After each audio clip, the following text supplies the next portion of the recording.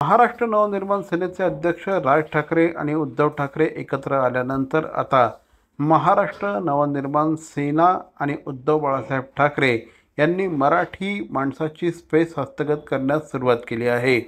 त्यामुळे आता महाराष्ट्रामध्ये विविध ठिकाणी मराठी आंदोलनं होत असल्याचं चित्र बघायला मिळतं आहे। अशाच प्रकारचं आंदोलन आपल्याला मीरा भाईंदरमध्ये बघायला मिळालं।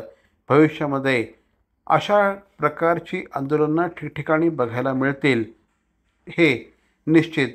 त्यातच उत्तर भारतातील काही नेत्यांनी यामध्ये आगीमध्ये तेल टाकण्याचं काम सुरू केल्याचं चित्र देखील बघायला मिळतं आहे। उत्तर भारतातल्या खासदारांनी महाराष्ट्राला आम्ही पोचतो अशा प्रकारचं विधान केल्यानंतर संतापाची तीव्र लाट उसळली आहे। त्याचप्रमाणे आशिष शेलार यांनी देखील या संदर्भात जी विधानं केली आहेत त्यामुळे मोठ्या प्रमाणामध्ये लोकांमध्ये असंतोष निर्माण झाल्याचं चित्र देखील बघायला मिळतं आहे। या पार्श्वभूमीवर जसजशा निवडणुका जवळ यायला लागतील तसतसं ही आंदोलनं अधिक तीव्र होतील असं सध्या तरी वाटतंय।